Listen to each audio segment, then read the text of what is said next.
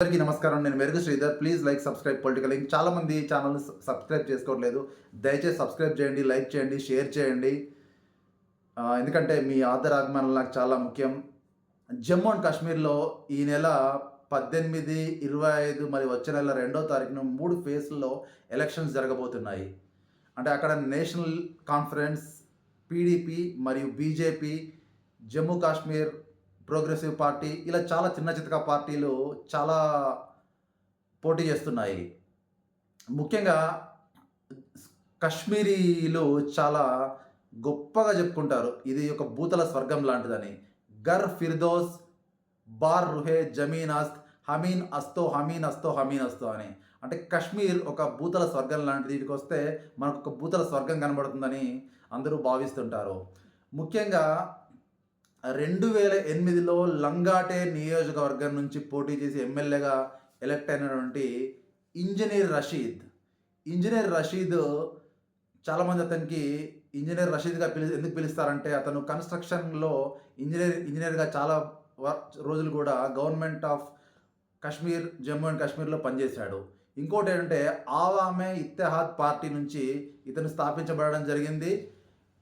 అతన్ని ఇంజనీర్ రషీద్‌గా ఎందుకంటారంటే, అతను చాలా కాలం ఇంజనీర్‌గా పనిచేసినాడు కాబట్టి ఇంజనీర్ రషీద్ అంటారు. అతను 2008లో లంగాడే నియోజకవర్గం నుంచి ఎమ్మెల్యే గెలుపొందాడు. మొన్న 2024లో బారాముల్లా నుంచి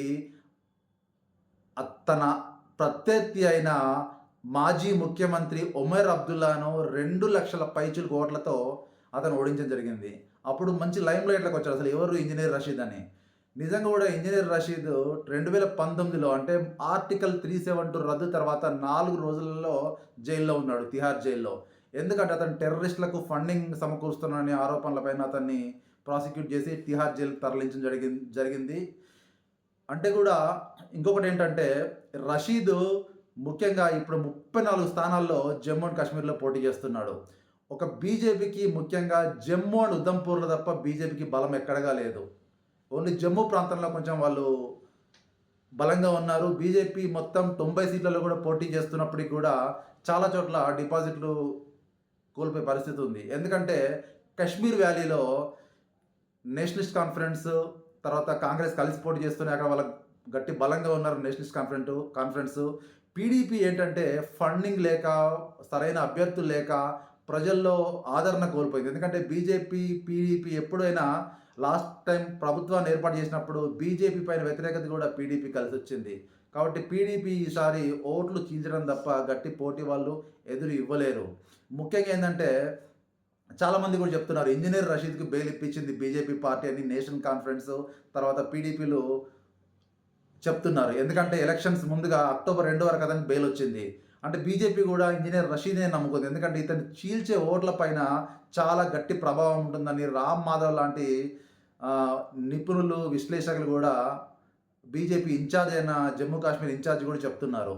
అంటే దీన్ని బట్టి చూస్తుంటే మనకేమర్థమవుతుందంటే ఖచ్చితంగా కాబోయే రోజులలో ఇంజనీర్ రషీద్ ఎలాగైతే బారాముల్లా కాన్స్టిట్యున్సీ నుంచి ఎంపీగా ఎలక్ట్ అయ్యాడో అదేవిధంగా ఈ జమ్మూ అండ్ కాశ్మీర్ ఎలక్షన్‌లో కశ్మీర్ వ్యాలీలో మంచి గట్టి పోటీ నుంచి కింగ్ మేకర్‌గా ఎదగబోతున్నాడు. అందులో ఎటువంటి సందేహం లేదు. మనం ఎట్లా అక్టోబర్ 8 వరకు కూడా వేచి చూస్తే మనకు జమ్మూ అండ్ కాశ్మీర్ రిజల్ట్స్ వస్తాయి. మనకు అంటే బీజేపీ కూడా ఇతన్ని ఒక అస్త్రంగా వైల్డ్ కార్డ్‌గా వాడుతుందని ప్రతిపక్షాలు కూడా కోడై కూస్తున్నాయి. మరి ఈ ఇంజనీర్ రషీద్ ఏ విధంగా కశ్మీర్ ఎన్నికలను ప్రభావితం చేస్తాడో మనం వేచి చూడాల్సిందే. ఇంకొకటి ఏంటంటే ముందు నడిచేవాడు నాయకుడు కాదు. ముందుండి నడిపించేవాడు నాయకుడు. మనము ఈ రషీద్ కూడా అతని తమ్ముడిని లంగాటే నియోజకవర్గాన్ని నుంచి పోటీ చేస్తే ఎమ్మెల్యేగా తన క్యాడర్ అంతా కూడా ముందుండి నడిపిస్తున్నాడు. వేచి చూద్దాం మరి రషీద్ పాత్ర జమ్మూ అండ్ కాశ్మీర్ ఎలక్షన్స్‌లో ఏ విధంగా ఉంటుందో. అతను తప్పకుండా ట్రంప్ కార్డ్ అవుతాడు. అందులో ఎటువంటి సందేహం లేదు. బీజేపీ అందుకే కూడా చాలామంది ఏం చెప్తున్నారంటే బీజేపీ కరెక్ట్ టైంలో కరెక్ట్‌గా బెయిల్ ఇచ్చింది అతనికని చెప్తున్నారు. ధన్యవాదాలు.